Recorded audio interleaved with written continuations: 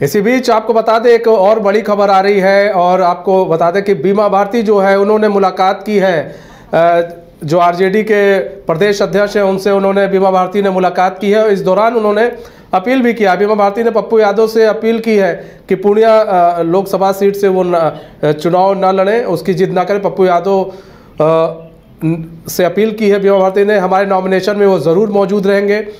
ये बातें भी बीमा भारती ने कही है, उन्हें यकीन है, उनका ये कहना है। तो आरजेडी ऑफिस पहुंची बीमा भारती और प्रदेश अध्यक्ष से उन्होंने मुलाकात की है।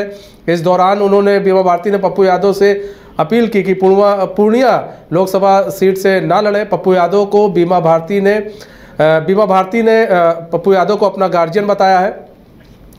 तो आपको बड़ी खबर आपको ये बता रहे हैं इस वक्त की कि बीमा भारती बार बार ये कहते आई हैं कि पप्पू यादव उनके गार्जियन हैं। और बीमा भारती ने मुलाकात की, आरजेडी के जो प्रदेश अध्यक्ष हैं उनसे उन्होंने मुलाकात की है। और इस दौरान उन्होंने अपील किया, बीमा भारती ने पप्पू यादव से अपील की है कि पूर्णिया से वो चुनाव ना लड़े। पप्पू यादव को बीमा भारती ने अपना गार्जियन बताया है और उन्होंने कहा है हमारे नॉमिनेशन में वो ज़रूर मौजूद रहेंगे, ये मुझे यकीन है।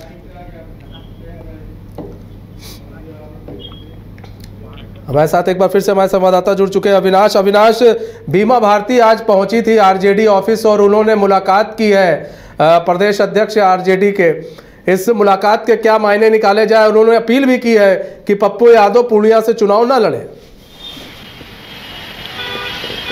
जी बिल्कुल, देखिए, और जिस तरीके से बीमा भारती जो पूर्णिया लोकसभा सीट से जब आरजेडी ने उन्हें सिंबल दिया, उसी समय से पप्पू यादव की टेंशन जो है काफी बढ़ गई थी। और पप्पू यादव जब अपने पार्टी को कांग्रेस में उन्होंने विलय कर लिया था और उन्हें ये उम्मीद था कि कांग्रेस में जब वो जाएंगे तो कहीं ना कहीं पूर्णिया सीट जो है उनको मिले। और जब बीमा भारती उस समय जब आरजेडी ने उन्हें सिंबल दिया था लालू प्रसाद यादव ने, तभी पप्पू यादव को बड़ा झटका मिला था। लेकिन आज बीमा भारती आरजेडी के प्रदेश कार्यालय में आती हैं और करीब 10-15 मिनट जो हैं आरजेडी के जो प्रदेश अध्यक्ष हैं जगदानंद सिंह, उनसे उन्होंने मुलाकात की है। मुलाकात करने के बाद जब पत्रकारों ने हम लोगों ने उनसे बात की है तो उस दौरान उन्होंने कहा है कि जो हमारे अभिभावक हैं अध्यक्ष जी, जो हमारे पार्टी के वरिष्ठ नेता भी हैं और प्रदेश अध्यक्ष है, तो उनसे प्यार और स्नेह मिला है और चुनाव में मजबूती से कैसे लड़े उन सभी चीज़ों को लेकर चर्चा हुई। लेकिन जिस तरीके से अभी के राजनीति में जो पूर्णिया एक हॉट सीट बनी हुई है लोकसभा का और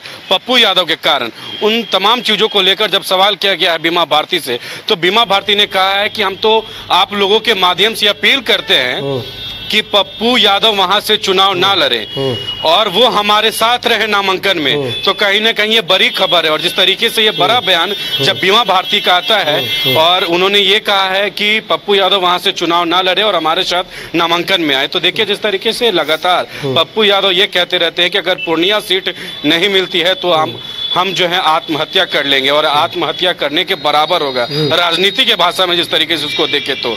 लेकिन अभी भी आज भी बीमा भारती का ये बयान सामने जिस तरीके से आया है उस हिसाब से ये जरूर लग रहा है कि कहीं ना कहीं आरजेडी जो है पप्पू यादव को भाव नहीं दे रही है और आरजेडी ये कहना चाहती है कि पप्पू यादव अपने पार्टी को उन्होंने कांग्रेस में विलय किया है, वो कांग्रेस में है, तो कांग्रेस के नेता उनके बारे में चर्चा करें। और यही वजह है कि बीमा भारती ने ये साफ कह दिया है कि हम अपील करते हैं कि पप्पू यादव वहां से चुनाव ना लड़े। हालांकि उन्होंने ये भी कहा कि वो हमारे अभिभावक हैं। जब हमने सवाल किया कि पप्पू यादव अभी भी कह रहे हैं कि हम पूर्णिया किसी भी कीमत पर नहीं छोड़ेंगे, तो बीमा भारती का जवाब आता है कि इस पर हम ज्यादा कुछ नहीं कहना चाहते हैं, लेकिन इतना जरूर कहते हैं कि हम चाहेंगे पप्पू यादव वहां से चुनाव ना लड़े ताकि उनके लिए कंपटीशन ना हो। बीमा भारती का ये कहना है और वो उनके साथ रहे। तो देखिए मनीष, आप इससे खुद समझिए कि जिस तरीके से अब जो सियासत है और खास करके पूर्णिया लोकसभा सीट को लेकर वो कहीं ना कहीं काफी गर्माते जा रही है और आने वाले दिन में ये साफ हो जाएगा, क्योंकि पप्पू यादव ने भी ये साफ कहा है कि हम किसी भी कीमत पर नामांकन 4 अप्रैल को पर्चा भरेंगे। तो अब तो देखना होगा कि क्या होता है। अब बीमा भारती ने तो स्टैंड रख दिया है मनीष, बीमा भारती ने स्टैंड रख दिया है और उन्होंने अपील भी की है। फिलहाल देखना होगा पप्पू यादव का क्या स्टैंड होता है। बहुत बहुत धन्यवाद अविनाश हमारे साथ जुड़ने के लिए और तमाम जानकारी साझा करने के लिए। तो आपको बता दें कि बीमा भारती जो है वो पप्पू यादव से उन्होंने अपील की, आरजेडी दफ्तर पहुंची हुई थी और उन्होंने वहां के प्रदेश अध्यक्ष से मुलाकात की आरजेडी के, और पप्पू यादव से अपील की कि वो पूर्णिया से चुनाव ना लड़े। अब हम आपको बताते हैं तीसरी बड़ी खबर, आपको बता देते हैं कि वीआईपी का महागठबंधन से क्या डील हो गई है। ऐसा इसलिए भी कहा जा रहा है क्योंकि जो तेजस्वी यादव है, तेजस्वी यादव से कहा जा रहा है कि बातचीत चल रही है वीआईपी की, और अब वो किस पाले में, उनको अभी तक किसी पाले में जगह नहीं मिली है।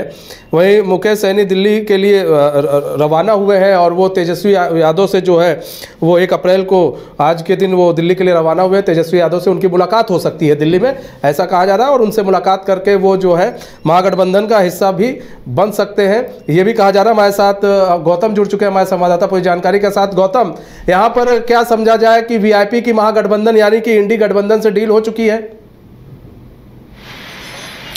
बिल्कुल, लगभग डील फाइनल है, क्योंकि अब मुकेश सहनी के पास कोई विकल्प नहीं बचा है। और मुकेश सहनी जानते हैं कि इस समय लोकसभा में सबसे ज़्यादा सीटें किसके पास है, तो लिहाजा ये जरूर कह सकते हैं कि एक बार फिर से मुकेश सहनी ने तेजस्वी यादव के ऊपर भरोसा जताया है और आज दिल्ली में मुलाकात होगी और इस मुलाकात के साथ ही तय हो जाएगा कि कम से कम 1 सीट मुकेश सहनी कहीं ना कहीं लोकसभा क्षेत्र चुनकर चुनाव लड़ेंगे। तो कुल मिलाकर जब मुकेश सहनी के पास अब कोई विकल्प नहीं बचा है, उन्होंने पहले बहुत कोशिश की कि भारतीय जनता पार्टी के वो साथ में रहे, लेकिन भारतीय जनता पार्टी ने उनको तवज्जो नहीं दी। और जिस सन ऑफ मल्लाह मुकेश सहनी ने राजनीति की शुरुआत की थी, तेजस्वी यादव उनके साथ में थे, और जिस तरह से बीच होटल में कह सकते हैं कि तेजस्वी यादव और उनके बीच जो झगड़ा हुआ, उस झगड़े में मुकेश सहनी ने कहा था कि कहीं ना कहीं खंजर भोंका गया है, राजनीति में खंजर निकालकर मुकेश सहनी फिर से एक बार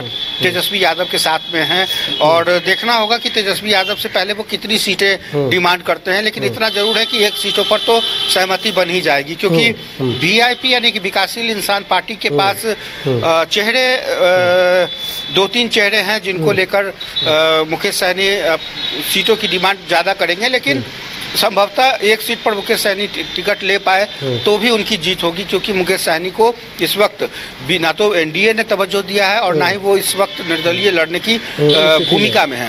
तो लिहाजा पार्टी के सिंबल की जरूरत है। पार्टी के सिंबल की तरफ से अगर आरजेडी का सिंबल मिल जाए और महागठबंधन का साथ मिल जाए, तभी उनकी नैया जो है पार हो सकती है। तो देखना होगा, इंतजार करना होगा, लेकिन मुकेश सहनी के पास अब सिर्फ और सिर्फ एक ही ऑप्शन है, वो है तेजस्वी यादव। अच्छा, असर कितना डाल रहे हैं मुकेश सहनी, अगर बात करें लोकसभा चुनाव में, तो ये कितना असर डालते हुए दिख रहे हैं? क्योंकि तवज्जुब कोई नहीं दे रहा है, तवज्जुब नहीं दे रहा है, इसका मतलब क्या समझा जाए कि पार्टी का इनका कोई जनाधार नहीं है, कोई इतना अस्तित्व नहीं है, या फिर इतना लोकसभा चुनाव में इतना असर नहीं पड़ेगा, इसीलिए इनको इतनी तवज्जुब नहीं दी जा रही है?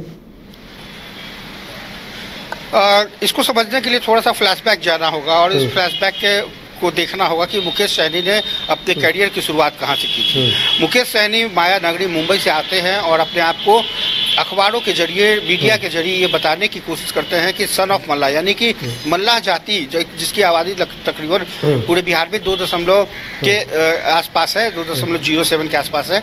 तो ऐसे में ये आबादी कितना मायने रखती है, क्योंकि देखिए कुर्मी, कोयरी, ये तब अलग अलग चीज़ें जो राजनीति में इस वक्त शिखर पे है, ये जातियाँ जब शासन कर सकती है तो फिर सहनी समुदाय क्यों नहीं कर सकता। हालांकि सहनी समुदाय को लेकर जेडीयू की तरफ से, बीजेपी की तरफ से और आरजेडी में भी पहले से सहनी के जो किरदार हैं, जो नेता हैं, वो मौजूद रहे हैं। मुकेश सहनी के पहले भी, चाहे वो जेडीयू में मदन सहनी की बात कर ले, वो भी सहनी समुदाय से आते हैं। भारतीय जनता पार्टी में खुद नेता प्रतिपक्ष अगर विधान परिषद की बात कर ले तो हरी सहनी वहाँ मौजूद है। इसके अलावा भी कई नाम है भारतीय जनता पार्टी। लेकिन इस वक्त की राजनीति में सबसे बड़ा जो, अगर जिसको बोलते हैं बिहार की भाषा में कि भोकाल का चौपाल अगर कि सहनी परिवार से है तो वो है मुकेश सहनी, जिनके पास ठीक है आरक्षण के मुद्दे। ठीक है गौतम, समय कम है हमारे पास, समय कम है गौतम हमारे पास। बहुत बहुत धन्यवाद हमारे साथ जुड़ने के लिए और तमाम जानकारी साझा करने के लिए। तो आपको बता दें, तेजस्वी यादव से मुलाकात हो सकती है मुकेश सहनी की, वीआईपी के राष्ट्रीय अध्यक्ष हैं, उनकी मुलाकात हो सकती है तेजस्वी यादव से। और इस दौरान कहा जा रहा है कि जो मुकेश सहनी है वो शायद महागठबंधन में वो शामिल हो सकते हैं।